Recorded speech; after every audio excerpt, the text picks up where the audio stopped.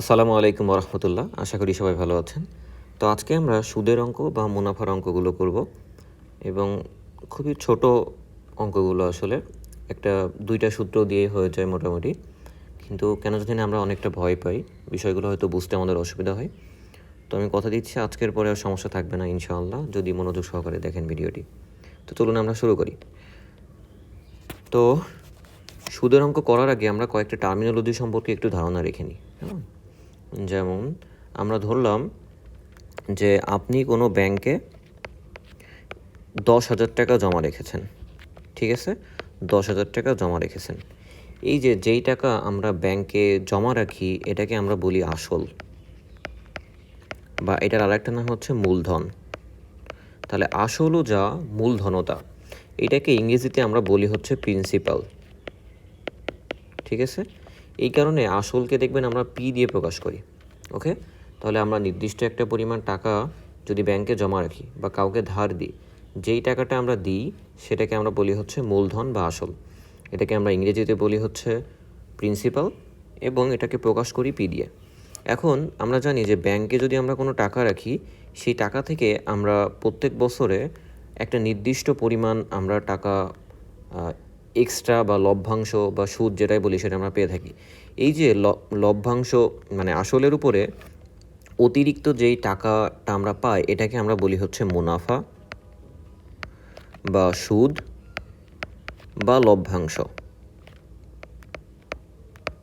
তাহলে এই তিনটা একই জিনিস, মুনাফা বলুন, সুদ বলুন বা লভ্যাংশ বলুন, এই তিনটা সেম জিনিস। এটাকে ইংরেজিতে আমরা বলি হচ্ছে ইন্টারেস্ট। এই ইন্টারেস্টকে আমরা আই দিয়ে প্রকাশ করি ম্যাথ করার সময়, ঠিক আছে? আরেকটা জিনিস যে আমরা ব্যাংকে টাকাটা একটা নির্দিষ্ট সময়ের জন্য জমা রাখি, তাই না? তো এই যেই সময়ের জন্য আমরা জমা রাখি, মানে যেই সময়ের জন্য আমরা জমা রাখি এবং যেই সময়ের জন্য আমরা এই মুনাফার হিসাব করি সেটাকে আমরা সময় বলি। আর এই সময়কে আমরা এন দিয়ে প্রকাশ করি, এন দিয়ে প্রকাশ করি। ওকে, তাহলে সময় হচ্ছে এন। আরেকটা কি, আরেকটা হচ্ছে এক একটা ব্যাংকে এক এক রকম জিনিস আছে। দেখবেন যে কোনো একটা ব্যাংকে আপনি 10,000 টাকা রাখলে মাসে তারা আপনাকে 4% করে সুদ দেবে। আবার কোথাও যদি আপনি টাকা রাখেন দেখা যাবে বছরে তারা 4% সুদ দেবে। আবার অন্য কোথাও টাকা রাখলে দেখা যাচ্ছে 5% হারে আপনাকে সুদ দিল। এই যে আপনার আসলের কত পার্সেন্ট বা আসলের শতকরা কত হারে আপনাকে সুদ দিবে বা মুনাফা দিবে, এটাকে আমরা বলি হচ্ছে মুনাফার হার। কি বলি এটাকে? মুনাফার হার, বা এটাকে আমরা বলতে পারি সুদের হার। এবং এই সুদের হার সবসময় আমরা 1 বছরে হিসাব করি। কত বছরে? 1 বছরে হিসাব করি। তাহলে 1 বছরে আপনার আসলের উপরে যতগুলো টাকা আপনাকে অতিরিক্ত দেওয়া হবে সেটাকে আমরা বলবো হচ্ছে মুনাফার হার, বা এটাকে আমরা ইংরেজিতে বলি হচ্ছে রেট অফ ইন্টারেস্ট, ঠিক আছে? এই টার্মিনোলজিগুলো সম্পর্কে আমাদের একটু ধারণা রাখা লাগবে। এখন আসুন, এই টার্মিনোলজিগুলো তো আমরা আগেও শিখেছি, এটা নিয়ে সমস্যা হওয়ার কথা না। সমস্যা যেটা হয় যে আমরা একটা বিষয় ভুলে যাই। এই চক্রবৃদ্ধি মুনাফাটা শুনতে কেমন জানি একটু বিদঘুটে টাইপের আমাদের কাছে লাগে, কিন্তু আসলে এটা খুবই ইজি একটা জিনিস। এই যে আমরা বললাম যে আমরা মুনাফায় পাই একটা একটা নির্দিষ্ট সময় পর পরে আমাদের মানে আসলের উপরে। এই মুনাফাকে আসলে আমরা দুই ভাগে ভাগ করি। একটা হচ্ছে সরল মুনাফা,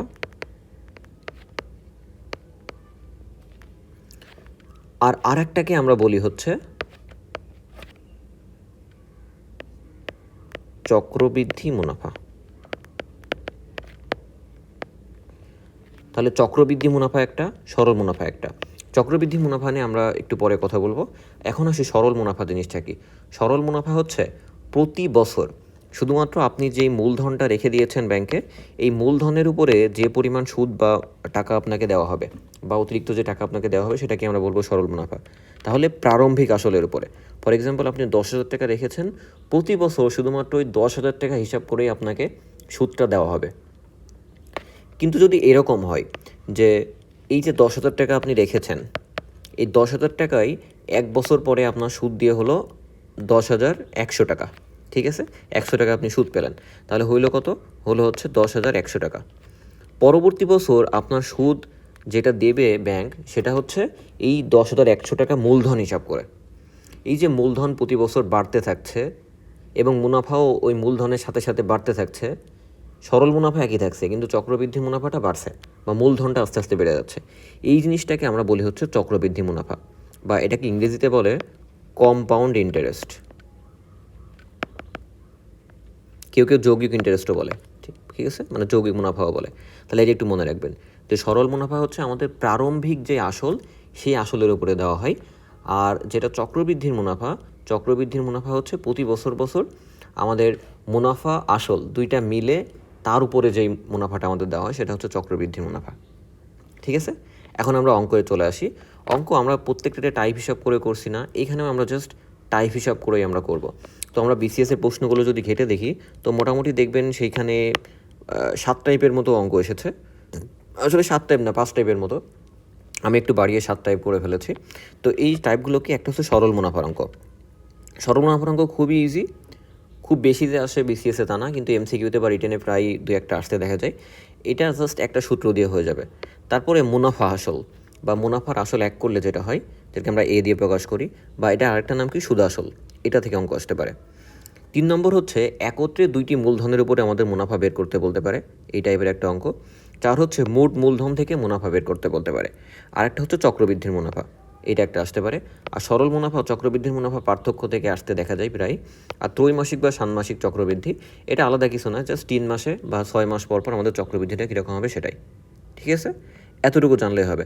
তাহলে আমাদের টার্মিনোলজিগুলি আশা করি আপনারা বুঝতে পেরেছেন, এবং কী কী টাইপের অঙ্ক আসতে পারে সেটা আপনারা বুঝতে পেরেছেন। এখন আসি আমরা সরল মুনাফা থেকে। আমরা জানি যে কোনো একটা ব্যাংকে যদি আমরা একটা আসল রাখি, এই আসলটাকে আমরা পি দিয়ে প্রকাশ করি, তাই না, বা মূলধনকে পি দিয়ে প্রকাশ করি। এবং যদি আমরা এনতম বছর ধরে রাখি, মানে যত বছর ধরে রাখি সেটাকে আমরা এন ধরি, এবং যে হারে আমরা মুনাফা পাই সেটাকে আমরা বলি মুনাফার হার বা সুদের হার, এটাকে আমরা আর দিয়ে প্রকাশ করি বা রেট অফ ইন্টারেস্ট বলি এটাকে। ঠিক আছে, আর যেই মুনাফাকে আমরা আয় দিয়ে প্রকাশ করি, আয় মানে হচ্ছে ইন্টারেস্ট। এই যে 4টা প্যারামিটার আমরা পেলাম, এই 4টা প্যারামিটার যদি আমরা একত্রে করি তাহলে আমরা একটা ফর্মুলা পাই। এই ফর্মুলাটা হচ্ছে আয় সমান পি এন আর। এখানে খেয়াল রাখতে হবে এই এন সবসময় বছরে নিতে হবে, ঠিক আছে, আর আরকে সবসময় মানে প্রকাশ করতে হবে। মানে আর যদি 10% দেওয়া থাকে, 10% আপনি ডিরেক্টলি লিখতে পারবেন না, এটাকে মানে প্রকাশ করলে মানে 10/100 লিখতে হবে। ঠিক আছে, এই যে সূত্রটা যদি মনে রাখেন আর এই এন আর আর এর কথাটা মনে রাখেন, তাহলে এই মানে অঙ্ক আর জীবনেও ভুল হবে না, এবং খুবই ইজি অঙ্ক। তো চলুন এবার আমরা দেখি কি করে এটা হয়। এখন আসুন এই যে অঙ্কটা দেওয়া আছে উপরে, এটা থেকেই আমরা করা শুরু করি। তো মুছে দিলাম। দেখুন প্রশ্নটা কি লেখা আছে। প্রশ্নটাতে লেখা আছে 10% সরল মুনাফায় 2000 টাকার 1 বছরের মুনাফা কত। তাহলে এখানে 10% সরল মুনাফায় মানে কি, এখানে আর সমান হচ্ছে 10%। তাহলে আর সমান কি 10%। আমরা বলেছি 10কে কোনো সময় আমরা হচ্ছে আরকে কোনো সময় আমরা পার্সেন্টেজে লিখতে পারবো না, এটাকে আমরা মানে প্রকাশ করে দিব। তাহলে 10/100 মানে প্রকাশ করলে সময় কত এন হচ্ছে 1 বছর।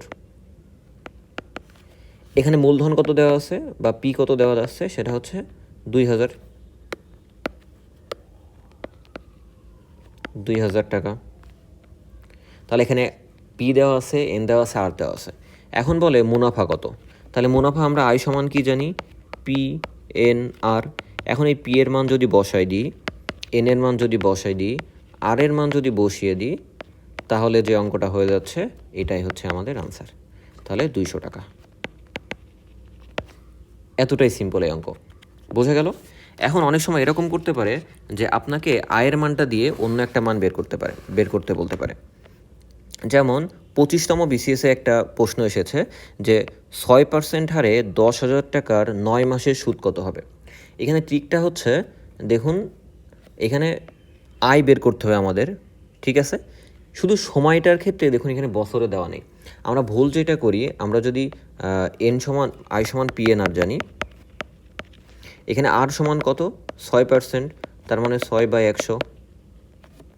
এখানে এন সমান কত 9 মাস।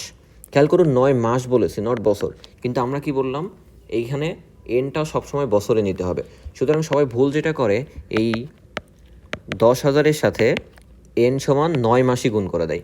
9 গুণ করলে এটা ভুল হবে আনসার, এই কারণে আমাদের অঙ্কটা হতে চায় না। তাহলে এখন আমরা কি করব, এই 9কে আমরা যদি বছরে প্রকাশ করতে চাই তাহলে কি করব, 9কে 12 দিয়ে ভাগ দিলে বছর হয়ে গেল। তাহলে আমরা 9/12, আর 8 সমান কি 6/100। এটাকেই যদি আমরা কুটাকুটি করি তাহলে হয়ে যাবে আমাদের আনসার 100 100 100, 6 দুগুণে 12, আর এখানে হচ্ছে 500 500, আর এখানে হচ্ছে 50 50 আর 9, 6 নাম হচ্ছে 54, 5 নাম 45, তার মানে হচ্ছে 450 টাকা। তাহলে এখানে সুদ হচ্ছে কত, 450 টাকা। এতটা ইজি হয়ে গেছে। এখন আরও একটা অঙ্ক দেখি আমরা, যে শতকরা বার্ষিক কত হার সুদে, দেখুন কত হার জানতে চাইছে, তার মানে এখানে আমাদের আর বের করতে হবে, বাকি সব কিছু দেওয়া আছে। তাহলে আমরা জানি কি আই সমান পি এন আর, তাহলে আর সমান কি লেখা যায়, আর সমান লেখা যায় I/PN। তাহলে এই সূত্রে জাস্ট আমরা এই মানগুলো যদি বসিয়ে দিই তাহলে হয়ে যাবে। এখানে 750 টাকা, সরি আই সমান 210 টাকা, এখানে পি সমান 750 টাকা, আর এন সমান হচ্ছে 2 বছর। দেখুন এইটা দিয়ে যদি আমরা করি হয়ে যাবে। তাহলে 0 0 কেটে গেল, এইটা দিয়ে যদি কাটি তাহলে হচ্ছে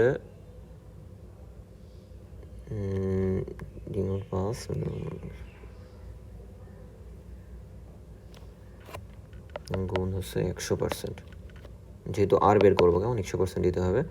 তাহলে এটা হচ্ছে কি 2100 ডিভাইডেড বাই 75, তার মানে 14%। তাহলে এখানে আনসারটা কত হবে, 14%। এখন এখানে খেয়াল করুন, যেহেতু আর বের করতে বলেছে, সূত্রে তো আর 100% দেওয়া নেই, তাই না? কিন্তু আমরা জানি বের করতে গেলে তো আমাদের 100 দেওয়া লাগবে, তাই না? এই কারণে দেখুন এই সূত্রে সবসময় 100টা গুণ করে নেবেন। এই যে আমি করেছি এখানে, দেখেছেন এটা। তাহলে এটাই অঙ্ক। তারপরে আসুন, বার্ষিক 8% সরল মুনাফায় 8,000 টাকার মুনাফা 1600 টাকা হবে কত বছরে। এখানে জাস্ট আই সমান PNR করে আমরা এনটা বের করব। তাহলে এন সমান কি হবে, I/PR, এটা করে দিলে হয়ে যাবে। ঠিক আছে, একই রকম অঙ্ক।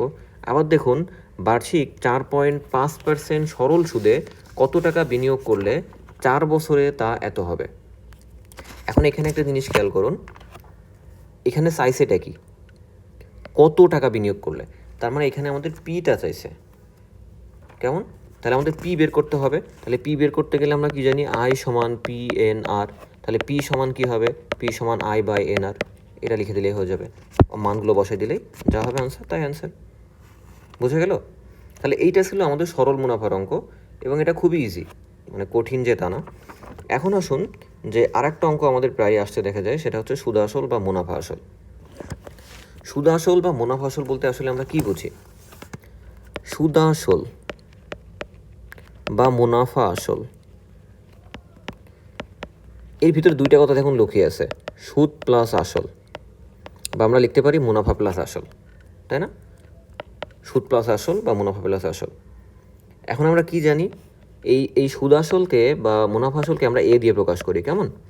আর আমরা কি জানি, সুদকে আমরা আই দিয়ে প্রকাশ করি, আসলকে পি দিয়ে প্রকাশ করি। তাহলে আমরা এ সমান কি দেখতে পারি, I+P বা P+I। এখন আমরা আই সমান কি জানি, PNR। আবার যদি পি কমন নিই তাহলে কি লেখা যায়, 1+NR। তাহলে 1+NR এটা লেখা যায়। এইটাই হচ্ছে আমাদের সূত্র সুদ আসলের।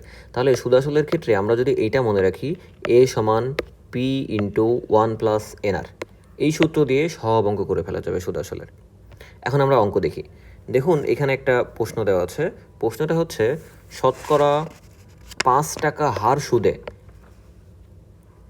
শতকরা 5 টাকা হার সুদে আসলে 5,000 টাকার, সুদে আসলে 5,000 টাকা হলে মূলধন কত।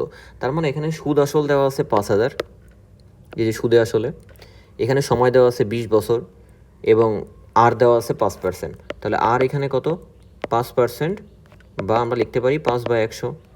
বাকিগুলো দেওয়া আছে, এখানে এ দেওয়া আছে কত, এ দেওয়া আছে 50,000, এখানে এন দেওয়া আছে, এন সমান কত, 20 বছর। তাহলে এইটাকেই যদি আমরা এই সূত্রে বসাই তাহলে কি হয় দেখেন তো, এই সূত্রে যদি বসে আমরা এইভাবে করতে পারি না, আমাদের পি বের করতে হবে। তাহলে পি সমান ওয়াট, তাহলে পি সমান আমরা বের করতে পারি A/1+NR। তাহলে এ এর মান আমরা বসাই দিই কত, 50,000 ডিভাইডেড বাই 1, এন মানে কত, 20 বছর, আর মানে কি 5/100। তাহলে এটা যদি কাটি তাহলে কত হয়, 5। তাহলে 5 আবার কেটে যায়, তাহলে থাকে কি 50,000 ডিভাইডেড বাই 1 + 1 মানে 2, তার মানে 25,000 হচ্ছে আমাদের আনসার, তাই তো? এটাই আনসার, এতটা ইজি অঙ্ক। আরও একটা দেখি আমরা, যে শতকরা বার্ষিক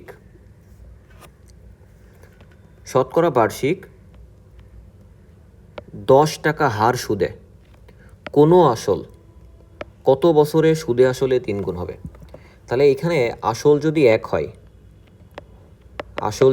হয়, আমরা ধরলাম আসল হচ্ছে পি, কেমন? আমরা ধরে নিলাম আসল হচ্ছে পি, কিন্তু সুদ আসল কত? সুদ আসল বলছে 3 গুণ, তার মানে এ সমান 3p। আর বাকি দেখুন আমাদের আর দেওয়া আছে কত? 10%, তার মানে কি 10/100।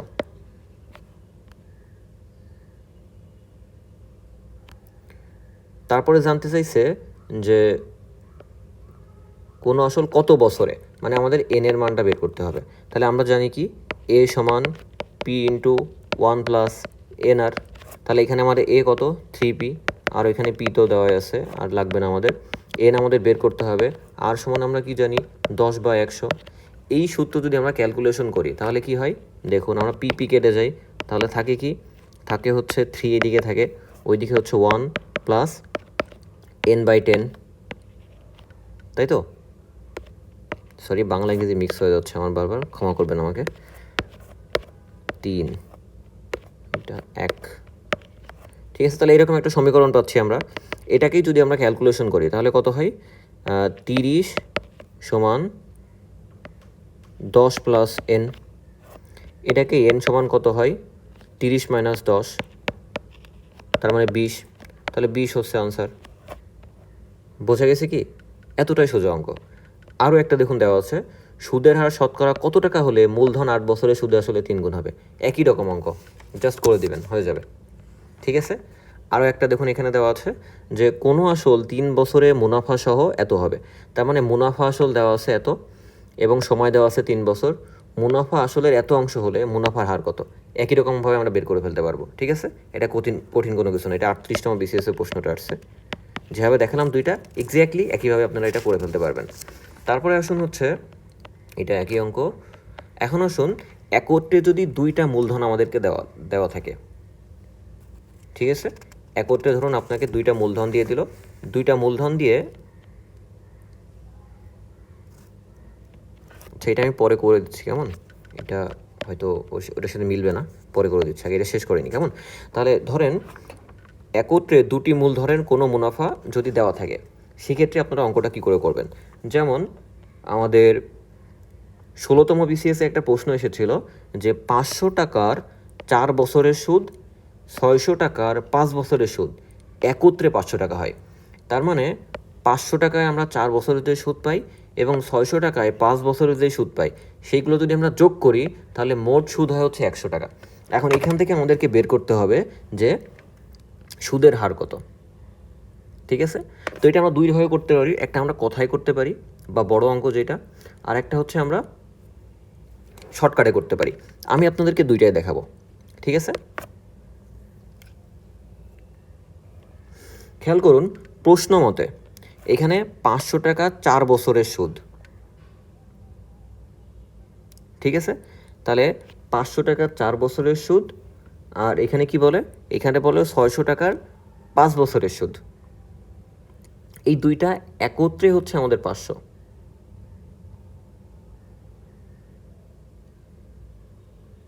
ঠিক আছে? এখন এইটাকে যদি আমরা শর্টকাটে করতে যাই তাহলে আমাদের যে প্রথম, এটা যদিও অলরেডি আমি শতকরার ভিতরে একটা দেখাইছিলাম, প্রথম যেই মূলধন এটাকে আমরা এ ধরব, এবং প্রথম যেই সময় এটাকে আমরা এক্স ধরব, দ্বিতীয় যেই মূলধন এটাকে আমরা বি ধরব, দ্বিতীয় যে সময় এটাকে আমরা ওয়াই ধরব, ঠিক আছে? আর আমরা মোট যে সুদটা পাই সেটাকে আমরা আই ধরব। ধরে আমরা যদি একটা সূত্র করি যে সুদের হার আর সমান I/X প্লাস BY ইন্টু 100%, তাহলে এই আনসার হয়ে যাবে। তাহলে এখানে আমাদের আই সমান কত? আমরা বলেছি 500। এ সমান কত? আমরা বলেছি 500 ইন্টু 4, এক্স, আর বিওয়াই সমান কত 600 ইন্টু 5। এখন এইটা যদি আমরা ক্যালকুলেশন করি, ক্যালকুলেশন করে দাঁড়াচ্ছে 500 ডিভাইডেড বাই 2000 প্লাস 3000, তার মানে 500 ডিভাইডেড বাই 5000, সাথে 100 গুণ আছে, কেমন 100%। তাহলে দেখুন আমরা যদি এটা কাটি, এটা কাটি, এটা কাটি, এটা কাটি, এটা কাটি, এটা কাটি, এটা কাটি, এটা কাটি, তাহলে কত হচ্ছে 10। তাহলে এখানে আনসার হচ্ছে 10%। বুঝে গেছে? এতটা ইজি অঙ্কটা। আবার আমরা পরেরটা যদি দেখি, পরেরটা দেখলে আমাদের কাছে আরও একটু ক্লিয়ার হবে যে 400 টাকার 8 মাসের সুদ এবং 800 টাকার 4 মাসের সুদ একত্রে 24 টাকা। তাহলে শতকরা বার্ষিক সুদের হার কত? এখানে ট্রিক যেটা দেওয়া আছে যে এখানে মাসে দেওয়া আছে। আমি বলেছি কি এই অঙ্ক করতে গেলে সবসময় হচ্ছে আমাদেরকে এনের মানটা আমাদের বছরে নিতে হবে। তাহলে আমরা 8 মাস মানে কি 8/12, আর 4 মাস মানে কি 4/12 বছর, তাই তো? তাহলে এটাকে যদি একই সূত্রে আমরা বসাই, তাহলে আর সমান কি লেখা যাবে? আর সমান আয় হচ্ছে 24 টাকা টোটাল, ডিভাইডেড বাই এ হচ্ছে এখানে 400 টাকা, আর আমাদের 8 মাস মানে 8/12 বছর, প্লাস বি হচ্ছে এখানে আমাদের 800 টাকা ইন্টু 4/12 ইন্টু 100%। এইটা করলে আমাদের আনসার হয়ে যাবে। তাহলে আমরা একটু করে দেখি কত হয়। তাহলে এখন যদি আমরা দেখি যে এটা যদি কাটি, তাহলে আমাদের হচ্ছে 4 দিয়ে কাটলে 2 আর 3, 4 দিয়ে কাটলে 3। এখন আসুন 24 ডিভাইডেড বাই 800/3 প্লাস 800/3 ইন্টু 100%। এটা যদি আমরা ক্যালকুলেশন করি তাহলে 24 গুণ 3 ডিভাইডেড বাই 1600 ইন্টু 100, তাই তো? তাহলে 0 কেটে যায়, 0 কেটে যায়, আর যদি আমরা 6 দিয়ে কাটি,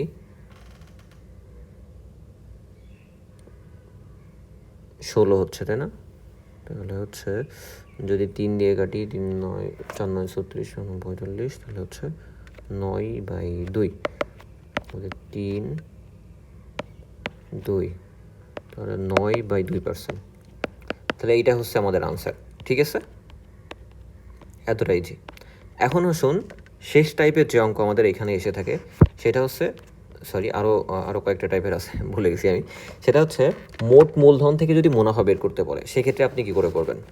ধরুন আপনাকে বলল একটা প্রশ্ন, যেমন 33তম বিসিএসে এসেছিল, সরি 37তম বিসিএসে এসেছিল যে 10% মুনাফায় 3000 টাকা এবং 8% মুনাফায় 2000 টাকা বিনিয়োগ করলে মোট যে মুনাফা তার উপর গড়ে শতকরা কত হারে মুনাফা পাওয়া যাবে? বোঝাতে পেরেছি কি? মানে এখানে জানতে চাইছে যে আপনি 1 টাকা বিনিয়োগ করলেন, একটা জায়গায় বিনিয়োগ করলেন 3000 টাকা 10% মুনাফায়, আর একটা জায়গায় বিনিয়োগ করলেন 8% মুনাফায় 2000 টাকা। এখন এদের থেকে মোট যে মুনাফা আসবে গড়, সেই মুনাফার গড়ের কত হারে আপনি মুনাফা পাবেন? ঠিক আছে, এখন এটাকে খুবই ইজিলি করা যায়, কথায়ও করতে পারি, আমরা শর্টকাটেও করতে পারি। তো আমি শর্টকাটটা আপনাদেরকে দেখাচ্ছি এবং কথাতেও একদম ইজি আর কি। আচ্ছা, কথাতে আমি আগে দেখাই, কেমন? তাহলে আমরা যদি বেসিক বা আমরা যদি মানে লিখিত পদ্ধতি বা রিটেন পদ্ধতিতে করি, তাহলে এখানে আমরা 2টা মুনাফা পাচ্ছি। প্রথমে হচ্ছে মুনাফা 1। মুনাফা 1-এ দেখুন আমাদের পি আছে হচ্ছে 3000, আমাদের সময় হচ্ছে 1 বছর, আমাদের আর হচ্ছে 10% মানে 10/100। এটা ক্যালকুলেশন করলে আমাদের দাঁড়ায় হচ্ছে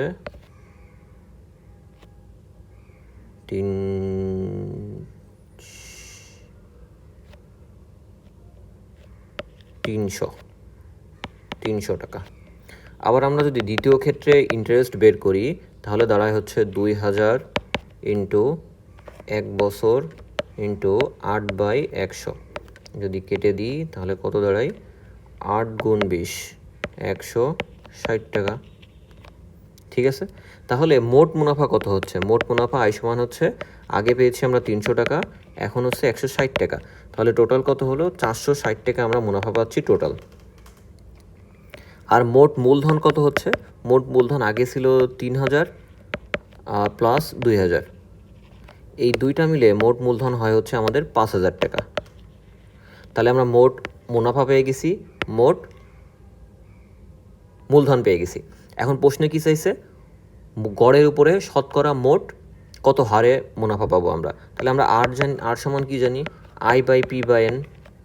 তাহলে এখানে আয় আমাদের কত, মোট 460 টাকা, আমাদের পি কত 5,000 টাকা, আমাদের এন কত 1 বছরের জন্য বের করতে বলছে, তাহলে 1 বছর।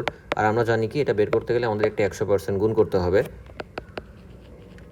তাহলে এইটা যদি এখন আমরা ক্যালকুলেশন করি তাহলে 500 500 500 500 5 থাকে, আর যদি কাটি তাহলে হচ্ছে 46, আর এখানে হচ্ছে 50, 5, তাহলে হচ্ছে 46/5, ঠিক আছে, এত পার্সেন্ট হবে বা 9.2% হবে। এটাই হচ্ছে আনসার যদি আমরা কথাই করি। এখন এত বড় কথাই করতে যদি আপনাদের সমস্যা হয় তাহলে এটা শর্টকাট নিয়ম আছে। শর্টকাট নিয়মটা আমি একটু দেখাই দিচ্ছি আপনাদেরকে। এই যে এখন এরকম যদি কোনো অঙ্ক থাকে যে দুইটা অঙ্ক আপনাদের মানে দুইটা আসল দুইটা মুনাফার হার দেওয়া আছে, সেখান থেকে আপনাদেরকে মুনাফার হার বের করতে বলছে, মোট মুনাফার হার।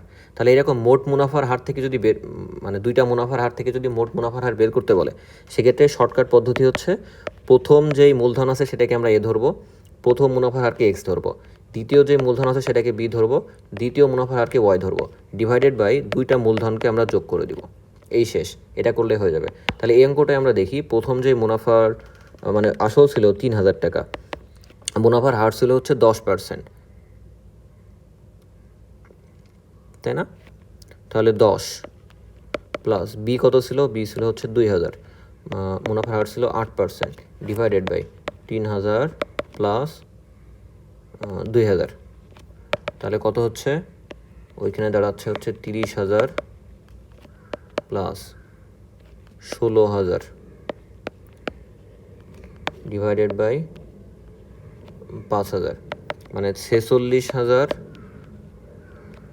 ডিভাইডেড বাই 5,000, তিনটা শূন্য করে কেটে দিলে 46/5, একই রকম আনসার আসছে, তাই না? 9.2%, এটাই অ্যান্সার। এত ইজিলি করা যায়। তাহলে এটা ছিল সরল মুনাফা। সরল মুনাফা নিয়ে আর কোনো সমস্যা থাকার কথা না আমি আশা করি। তো এই সূত্রগুলো বা এই কথাগুলো যদি একটু মনে রাখেন, সরল মুনাফা নিয়ে যে কোনো আনসার আপনারা করতে পারবেন। এখন আসি চক্রবৃদ্ধির মুনাফা। চক্রবৃদ্ধির মুনাফা নিয়ে অলরেডি আমি বলেছি যে মূলধনটা থাকে চক্রবৃদ্ধির মুনাফার ক্ষেত্রে কী হয়, প্রতি বছরান্তে আমাদের মুনাফা সহ মূলধনও বেড়ে যায়। কারণ কি, আমাদের পরবর্তী বছরে যে মুনাফা দেওয়া হবে সেটা হচ্ছে বর্তমান সময়ের মানে আমাদের মানে প্রারম্ভিক যে মূলধন তার উপরে মুনাফা যোগ করে নতুন মূলধনের উপরে আমাদের মুনাফাটা দেওয়া হয়। এই কারণে এটাকে আমরা বলি হচ্ছে চক্রবৃদ্ধি মুনাফা। তো চক্রবৃদ্ধির মুনাফার ক্ষেত্রে মূলধন বছরান্তে বেড়ে গিয়ে যেটা হয় সেটাকে আমরা বলি চক্রবৃদ্ধির মূলধন। তো এই চক্রবৃদ্ধির মূলধন বা চক্রবৃদ্ধির আসল, এটাকে আমরা সি দিয়ে প্রকাশ করি। আর এই সিকে যদি আমরা সূত্র দাঁড় করা হয় তাহলে সূত্রটা অনেক এরকম হয়, মানে প্রারম্ভিক মূলধন প্লাস ইন্টু 1 প্লাস মুনাফার হার to the power n. N মানে কি আমরা জানি সময়, এটা আমরা আগেই জানি। আর মানে মুনাফার হার আমরা জানি, পি সমান প্রারম্ভিক মূলধন, এটাও জানি। এটা হচ্ছে মূলধন, ঠিক আছে। আর চক্রবৃদ্ধির মুনাফা সূত্র হচ্ছে আমাদের যেই চক্রবৃদ্ধির মূলধন পাইলাম তার থেকে আমরা প্রারম্ভিক মূলধন যদি বাদ দিই, তার মানে সি মাইনাস পি। তাহলে এই দুইটা সূত্র যদি আপনারা মনে রাখেন, চক্রবৃদ্ধির যে কোনো অঙ্ক করা একেবারে ইজি, ঠিক আছে। এখন আমরা কিছু অঙ্ক করি। যেমন আমাদের 41তম বিসিএস একটা প্রশ্ন এসেছে। প্রশ্নটা অনেকটা এরকম যে 10% মুনাফায় 800 টাকার 2 বছরের চক্রবৃদ্ধি মূলধন কত? তাহলে এটাকে আমরা কি জানি, চক্রবৃদ্ধির মূলধন সি সমান P into 1 plus R to the power N.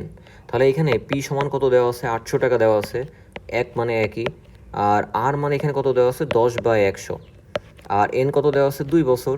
এইটা থেকে আমাদের ক্যালকুলেশন করে বের করতে হবে।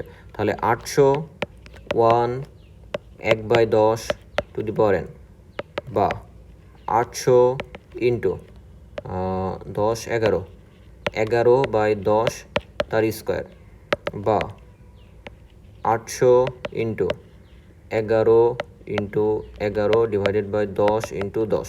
তাহলে এটা যদি কেটে দিই, এটা যদি কেটে দিই, থাকে কি 8 ইন্টু 11 ইন্টু 11। তাহলে আনসার দ্বারাই হচ্ছে 968 টাকা। এটাই হচ্ছে আমাদের আনসার। চক্রবৃদ্ধির মূলধন। তাহলে 800 টাকা ছিল, সেটা 968 টাকা হলো চক্রবৃদ্ধি মূলধন হয়ে 2 বছর পরে। এখন এটা তো আমরা অনেক কষ্ট করে সূত্রে বসায় বসায় করলাম, এটা মানে শর্টকাটে করা যায় কিনা? আসলে এটারও শর্টকাটের পদ্ধতি আছে। সেটা কি? এটা শর্টকাটের পদ্ধতি হচ্ছে, এটা একটু মনে রাখবেন কেমন, কারণ অনেক সময় এমসিকিউতে আসলে দেখা যাবে এত কষ্ট করে তো করা যায় না, তখন জাস্ট শর্টকাট দিয়ে আপনারা করে দিবেন এবং খুব ইজিলি এটা পারা যায়। এক্ষেত্রে মনে রাখবেন যে আমাদের যে মূলধনটা আছে, প্রারম্ভিক মূলধন আমরা লিখে দেব। প্রারম্ভিক মূলধন লিখে দেওয়ার পরে আমরা দেখব মুনাফার হারটা কত। মুনাফার হার যদি 10% হয়, তাহলে আমাদের প্রারম্ভিক মূলধন কত ছিল, আমরা 100% ধরে নিব। তাহলে 100% যদি প্রারম্ভিক মূলধন হয়, 10% মুনাফায় এখন মূলধন কত হবে, 110%। তাহলে 110%। এখন এই 110% কত বছরের জন্য? যত বছরের জন্য ততবার আমরা 110% গুণ করব। যেমন এখানে দেখুন 2 বছরের জন্য দেওয়া আছে, আমরা 2 বার 110% গুণ করব। এই 2 বার যদি 110% গুণ করি তাহলে আনসার হয়ে যাবে। তাহলে এটা কি হবে, 800 ইন্টু 110/100 ইন্টু 110/100। এইটাকেই যদি আমরা কাটাকাটি করি, 0 0 0 0 10 10 10 10, 8 গুণ 11 গুণ 11, তাহলে কি হলো, 968 টাকা। শর্টকাটে হয়ে গেল। বুঝে গেছে? এতটা সোজা এই অঙ্ক। এখন আসেন আরেকটা আমরা প্রশ্ন দেখি, যে 10% হার চক্রবৃদ্ধি সুদে ব্যাংকে 1000 টাকা জমা রাখা হলো। তার মানে আমাদের প্রারম্ভিক যে মূলধন পি, এটা হচ্ছে 1000 টাকা, এবং আর কত এখানে, 10%। 10% হারে আমরা 1000 টাকা জমা রাখলাম। 2 বছরে সুদের হার বৃদ্ধি পেয়ে হলো 15%। 2 বছর পরে দেখা গেল যে আমাদের সুদের হার, এটা আগে ছিল 10%, কিন্তু এখন এটা বেড়ে গেলে R2 হয়ে গেল হচ্ছে 15%। 2 বছর শেষে সুদে আসলে কত টাকা পাওয়া যাবে? তার মানে সুদে আসলে কত টাকা পাওয়া যাবে বলতে বোঝাচ্ছে যে 2 বছর পরে আমাদের চক্রবৃদ্ধির মূলধন কত হবে। বোঝা গেল? খুবই ইজি, আমরা শর্টকাটে করে দিব। কি করে? একইভাবে আমরা মূলধনটা লিখে দেব এখানে 1000 টাকা, 1000 টাকা না 10,000, 1000। তাহলে 1000 লিখে দেব। এখন প্রথম বছরে দেখুন মুনাফার হার যত আছে, দ্বিতীয় বছরে মুনাফার হার তার থেকে বেশি আছে। সুতরাং এখানে 2 বছরের জন্য 2 বার গুণ করব, ঠিক আছে, কিন্তু এখানে 2 বার 2 ধরনের মুনাফা গুণ করতে হবে। কারণ কি, 2 বারে মুনাফার হার আলাদা। তাহলে এখানে প্রথমবার 10%, তার মানে কি 110%। দ্বিতীয়বার কত, 15%, তার মানে 115%। যেহেতু হচ্ছে আমাদের 100% ছিল, 15% বেড়ে গেল, টোটাল হলো 115%। এটাকেই যদি এখন আমরা অঙ্কটা করে ফেলি, তাহলে 110/100 ইন্টু 115/100, এটাকেই যদি আমরা অঙ্ক করি তাহলে আমাদের কত হলো, 11 গুণ 115। 11 গুণ 115 করলে কত হয়, 1265 টাকা। তাহলে 1265 টাকা হচ্ছে আমাদের আনসার। বোঝা গেছে? এভাবে খুব শর্টকাটে অঙ্কগুলো করে ফেলা যায়। এখন আসুন পরের যে টাইপ আমাদের অঙ্ক যেটা আমরা শিখবো, সেটা হচ্ছে সরল মুনাফা আর চক্রবৃদ্ধি মুনাফার পার্থক্য। এটা থেকে প্রায় দেখা যায় বিসিএসে প্রশ্ন আসে। যেমন 39তম বিসিএস ডাক্তারদের যেটা ছিল, সেখানে এখান থেকে একটা প্রশ্ন এসেছিল। এই যে প্রশ্নটা এখানে দেওয়া আছে, যে বার্ষিক শতকরা 10% হারে 1000 টাকার 2 বছর পরে সরল মুনাফা এবং চক্রবৃদ্ধির মুনাফার পার্থক্য কত হবে। তো এটা ইজিলি আমরা করতে পারি কি করে, রিটার্নের মাধ্যমে। আমরা প্রথমে আয় দিয়ে সরল মুনাফা বের করব পিএনআর সূত্র দিয়ে, আর দ্বিতীয়বারে আমরা হচ্ছে সি বের করব। সি বের করে সি মাইনাস পি করে দিয়ে আমরা হচ্ছে চক্রবৃদ্ধি মুনাফা বের করব। তারপরে আয় থেকে আবার চক্রবৃদ্ধি মুনাফা বিয়োগ করব, মানে অনেক বড় একটা প্রসিজার হবে, তাই তো? তো আমরা এত কষ্ট না করে যদি শুধুমাত্র খুব সংক্ষেপে একটা পদ্ধতি আমরা ইউজ করি, শর্টকাট, এটাকে আমরা বলি শর্টকাট ফর্মুলা। কেমন? মনে রাখবেন, যদি 2 বছর আনতে যদি আপনাকে সরল ও চক্রবৃদ্ধির মুনাফার পার্থক্য বের করতে বলে, তাহলে তার সূত্র দাঁড়াবে হচ্ছে PR²। 2 বছর আনতে, ঠিক আছে? যদি বলে 2 বছর পরে সরল মুনাফা চক্রবৃদ্ধি মুনাফার পার্থক্য কত, তাহলে বলে দিবেন PR²। শেষ। যদি বলে 3 বছর পরে সরল মুনাফা চক্রবৃদ্ধি মুনাফার পার্থক্য কত, তাহলে কি করবেন, PR² সাথে R+3 করে দিবেন।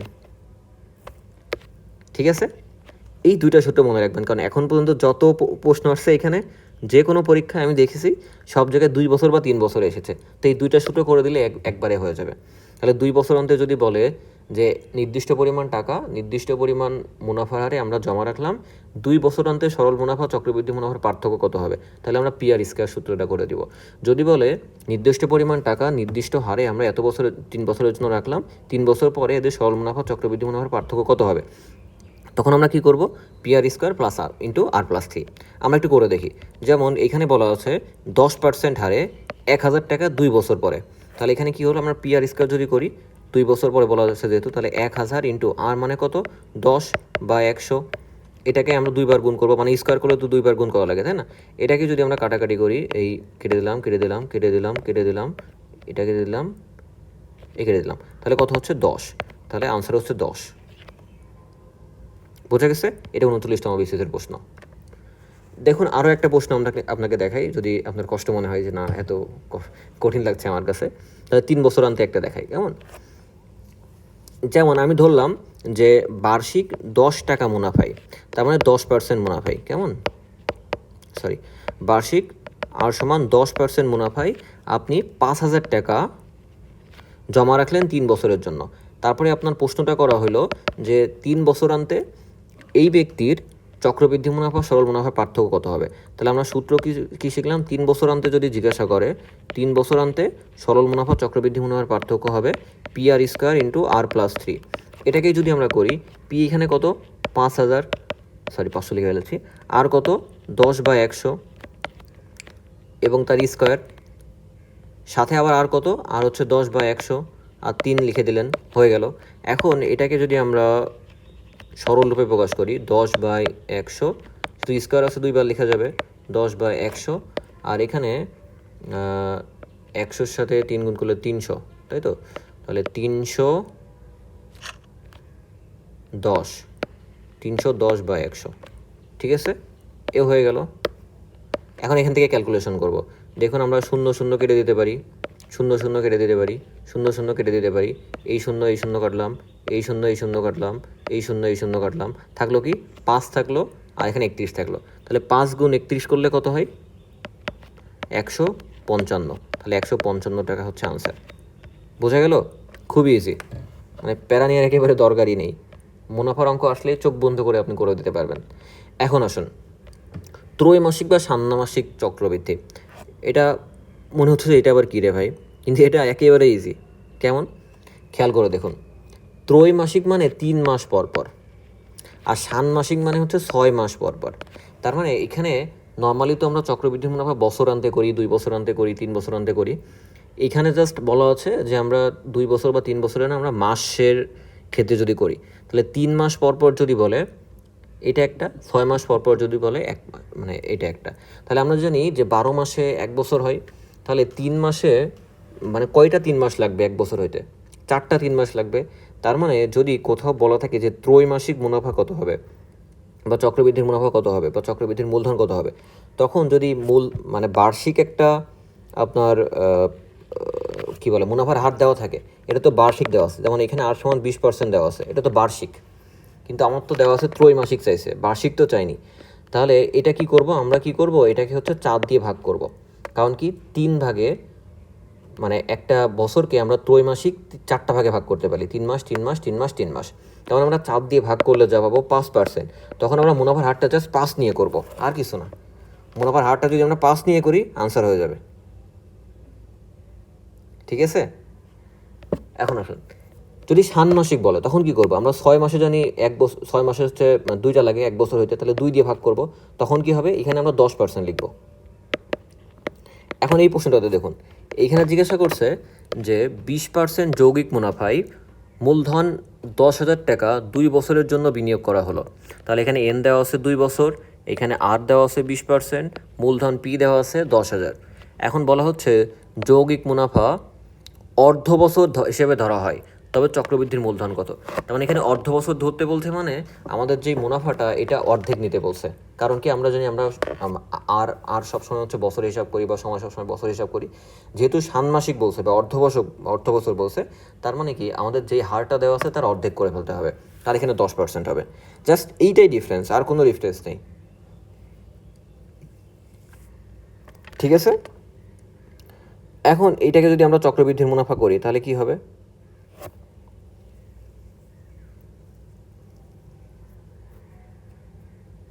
চক্রবৃদ্ধি মুনাফা যদি এটাকে আমরা করি,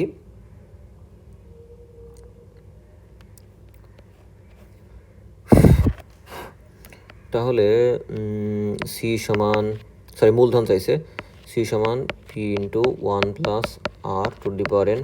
এখানে পি সমান কত, 10,000, এক আর সমান কত, 10 নিব এখানে, আর তাই না, আর হচ্ছে আমরা 10 নিব, তাহলে 10/100। আর এন সমান কত, এইখানে ঝামেলাটা হবে যে এখানে এন কত দেওয়া আছে আমাদের, এন দেওয়া আছে 2 বছর, তাই না, দেওয়া আছে 2 বছর, কিন্তু আমাদের বের করতে বলছে কি অর্ধ বছর ধরে। যদি অর্ধ বছর ধরা হয় তাহলে 2 বছরকে 6 মাস দিয়ে ভাগ করলে কত হয়, 24 মাস, 2 বছর মানে 4 হয়, তাই না। তাহলে এখানে এনের মান আমাদেরকে 4 নিতে হবে, এটা মনে রাখবেন জাস্ট। তাহলে এনের মান এখানে কত হবে, 4 হবে। কেন হবে আমি বলে দিয়েছি, যেহেতু মুনাফার হার আমরা অর্ধ বছরে নিচ্ছি, সুতরাং বয়সটাকেও এনটাকেও আমরা অর্ধ বছরে নেব, এককটা আমরা সেম রাখবো, ঠিক আছে। তাহলে এখানে যদি 4 দিয়ে করি তাহলে কত হয়, 10,000, এইখানে হচ্ছে 110/100 টু দি পাওয়ার 4। এটাকে আমরা 4 বার লিখবো যেহেতু উপর টু দি পাওয়ার 4 আছে, ইন্টু 110/100 ইন্টু 110/100 ইন্টু 110/100 ইন্টু 110/100। এটাকে আমরা কাটাকাটি করবো এখন, 0 0 কেটে দিলাম, 0 0 কেটে দিলাম, 0 0 কেটে দিলাম, 0 0 কেটে দিলাম, এই 1 2 3 4, 1 2 3 4 থাকলো কি 11 11 11 11, 4টা 11। এই 4টা 11 যদি গুণ করি তাহলে কত হয়, 11 টু দি পাওয়ার 4। তাহলে 11 টু দি পাওয়ার 4 হচ্ছে আমাদের আনসার, বা এটা করলে যেতে হবে ক্যালকুলেটারে, সেটাই হচ্ছে আমাদের আনসার, ঠিক আছে। এটা 43তম বিসিএসের একটা প্রশ্ন, মনে থাকবে? আচ্ছা, ওকে, শেষ। তাহলে এটাই ছিল মোটামুটি হচ্ছে আমাদের মুনাফা বা সুদের যত অঙ্ক। আশা করি এটা নিয়ে আপনাদের আর কোনো সমস্যা থাকবে না। তারপরে কোনো সমস্যা হলে আমাকে কমেন্টে বলতে পারেন, বা পার্সোনালি আমাকে মেসেজ করলেও I will try make you understand ইনশাআল্লাহ। আসসালামু আলাইকুম।